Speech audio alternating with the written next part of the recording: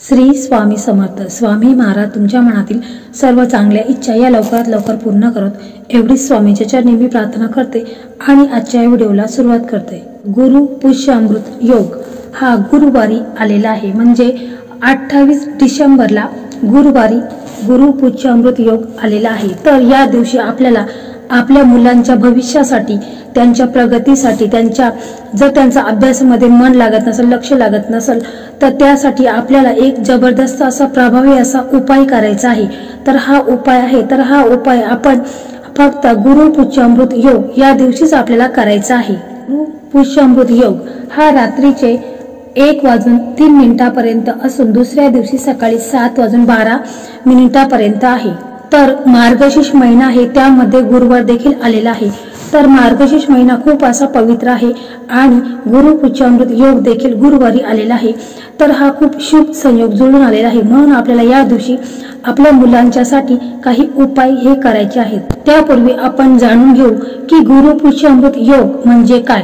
पुष्य नक्षत्र गुरुवारी आल्यास त्या योगाला गुरु पुष्य अमृत योग असे म्हणतात. वगळता सर्व मंगळ कार्यासाठी हा योग शुभ समजला जातो.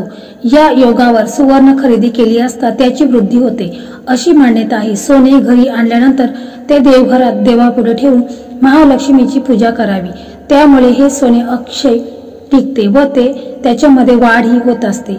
त्याचप्रमाणे सोन्याबाबतच चांदी, घर, वाहन इत्यादी गोष्टींच्या खरेदीसाठी हा योग खूप शुभ समजला जातो. या योगावर कोणत्याही नवीन कामाची सुरुवात, जसे की व्यापार, व्यवसाय, उद्योग सुरू करणे, बंद पडलेले काम पुन्हा सुरू करणे, त्याचप्रमाणे गुंतवणूक करणे, दान धर्म करणे हे हमखास यश मिळवून देणारे असते.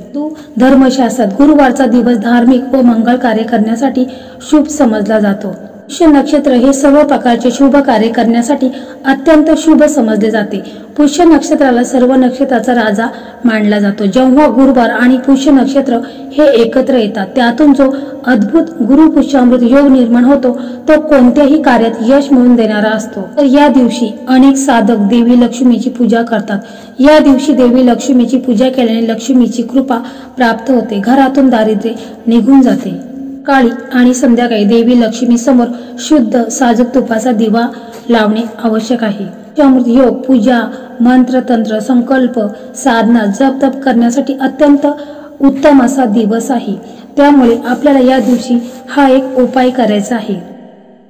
त्यापूर्वी जे कोणी चॅनलवरती नवीन असेल तर त्यांनी चॅनलला सबस्क्राईब करा आणि श्री स्वामी समर्थ अशी कमेंट करायला विसरू नका. तर गुरुवारी आपल्याला गुरु पुष्य अमृत योगावरती आपल्याला हा उपाय करायचा आहे, म्हणजे आपल्या मुलांच्या भविष्यासाठी, आपल्या मुलांसाठी आपल्याला हा उपाय करायचा आहे. तर आपली मुलं ही अभ्यासामध्ये खूप कमजोर असतील, कितीही अभ्यास त्यांनी केला तरी देखील त्यांच्या लक्षात राहत नाही. किंवा काही मुलं असेही असतात की त्यांना घरातल्याने कितीही सांगितलं का अभ्यास कर तरी देखील ते अभ्यास करत नाही. त्यांचं अभ्यासामध्ये लक्ष लागत नाही, त्यांना अभ्यास करणे आवडत देखील नाही. तर अशी काही मुले असतात. तर त्याचप्रमाणे काही मुले ही खूप हट्टी असतात, मोठ्यांचा ऐकत नाहीत, इतरांना उलटसुलट बोलतात, आई वडिलांचं देखील ऐकत नाही. तर अशा मुलांच्यासाठी देखील आपल्याला हा उपाय करायचा आहे. त्याचप्रमाणे हा उपाय आहे, तर हा उपाय तुम्ही तुमच्या मोठ्या मुलांच्यासाठी देखील करू शकता किंवा लहान मुले असतील तर त्यांच्यासाठी देखील तुम्हाला हा उपाय करायचा आहे. तर हा उपाय इतका प्रभावी आहे की या उपायामुळे तुमच्या मुलांचं अभ्यासामध्ये लक्ष लागेल, ते परीक्षेमध्ये चांगले मार्क्सने पास होतील. त्याचप्रमाणे तुमची मुले जर मोठी असेल तर त्यांच्या तुम्ही नोकरीसाठी देखील हा उपाय करू शकता. तर पहा, हा उपाय आपल्याला गुरुवारी करायचा आहे. तर हा उपाय तुम्ही गुरुवारी सकाळी देखील करू शकता किंवा तुम्ही संध्याकाळी प्रदोष काळामध्ये देखील करायचा आहे. तर हा उपाय तुम्ही प्रदोष काळामध्येच करा, कारण याचा जास्तीत जास्त तुम्हाला लाभ होईल.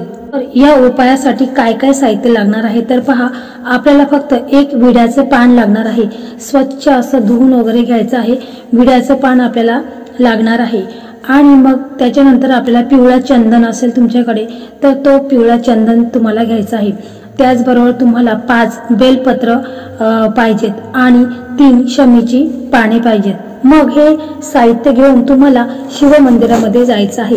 परंतु जर तुमचा मुलगा लहान असेल तर मग त्याच्या हाताने नुसता त्या साहित्याला स्पर्श करून घ्यायचा आहे. परंतु जर तुमचा मुलगा मोठा असेल तर मग त्याला घेऊनच तुम्हाला शिव मंदिरामध्ये जायचं आहे।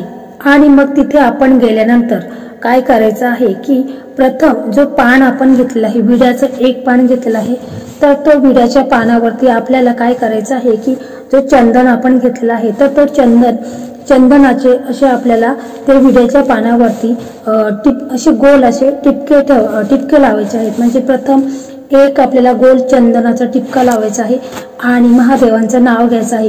दुसरा एक टिपका लावायचा आहे आणि माता सरस्वतीचं नाव घ्यायचं आहे आणि तिसरा टिपका लावायचा आहे आणि मग आपल्याला पार्वती मातेचा नाव घ्यायचं आहे। म्हणजे अशा प्रकारे आपल्याला हे 3 टिपके त्या पानाच्या मधोमध आपल्याला लावायचे आहेत। तर हे 3 टिपके आहेत तर ते महादेवांच्या नावाने आपण लावलेले आहेत, सरस्वती मातेच्या नावाने लावलेले आहेत आणि पार्वती मातेच्या नावाने हे 3 टिपके आपण लावलेले आहेत। किंवा तुम्हाला जर जमेल तर तुम्ही पानावरती माता सरस्वतीचं नाव लिहायचं आहे, महादेवांचं नाव लिहायचं आहे आणि पार्वती मातेचं देखील तुम्हाला नाव लिहायचं आहे। जर तुम्हाला शक्य असेल तर तुम्ही तसं देखील करू शकता।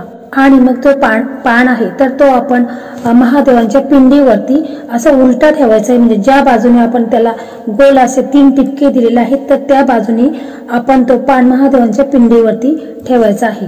आणि मग त्या पानावरती आपल्याला 5 बेलाची पाने ठेवायची आहेत। म्हणजे आपण नेहमीप्रमाणे वाहतो शंकर महादेवांच्या पिंडीवरती उलटी, त्याचप्रमाणे आपल्याला तशीच बेल पानं आपल्याला महादेवांच्या पिंडीवरती ठेवायची आहेत। परंतु ती बेल पाने घेता वेळेस ती बेल पाने व्यवस्थित घ्यायची, अशी तुटलेली फुटलेली घ्यायची नाहीत, तर व्यवस्थित 3 पाने असतील अशीच बेलपत्र आपल्याला घ्यायची आहेत आणि ती आपल्याला महादेवांच्या पिंडीवरती अर्पण करायची आहेत। म्हणजे प्रथम आपण तो विड्याचं पान ठेवायचं आहे, त्याच्यावरती आपल्याला ही बेलाची पानं ठेवायची आहेत। त्याच्यानंतर आपण जी शमीची पानं आणलेली आहेत तर ती 3 पानं आपण त्या बेल पानावरती ठेवायची आहेत। म्हणजे प्रथम आपण विड्याचं पान ठेवलेलं आहे, त्याच्यावरती आपण बेलाची पानं 5 ठेवलेली आहेत आणि त्याच्यावरती मग आपल्याला शमीची 3 पानं ही ठेवायची आहेत। आणि पानं ठेवता वेळेस मग आपल्याला श्री शिवाय नमस्तुभ्यम या मंत्राचा आपल्याला जप करायचा आहे।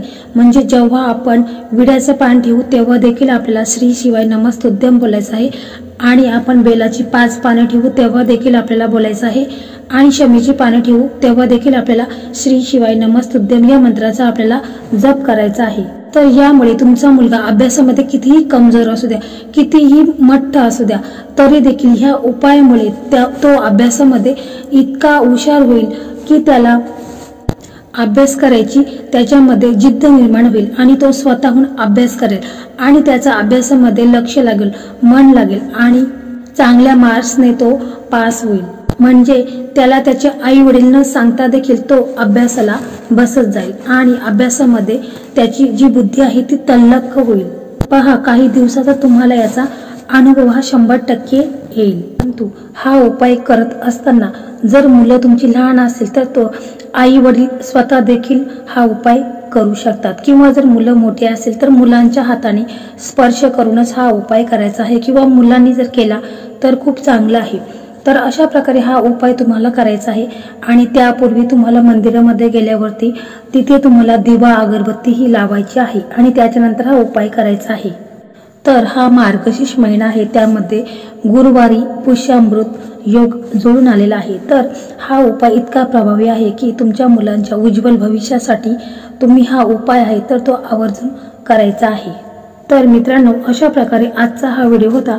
तर हा व्हिडिओ तुम्हाला कसा वाटला कमेंटमध्ये श्री स्वामी समर्थ असे लिहा आणि जर तुम्हाला हा व्हिडिओ आवडला असेल तर व्हिडिओला लाईक करा, शेअर करा आणि चॅनलला सबस्क्राईब करा। धन्यवाद।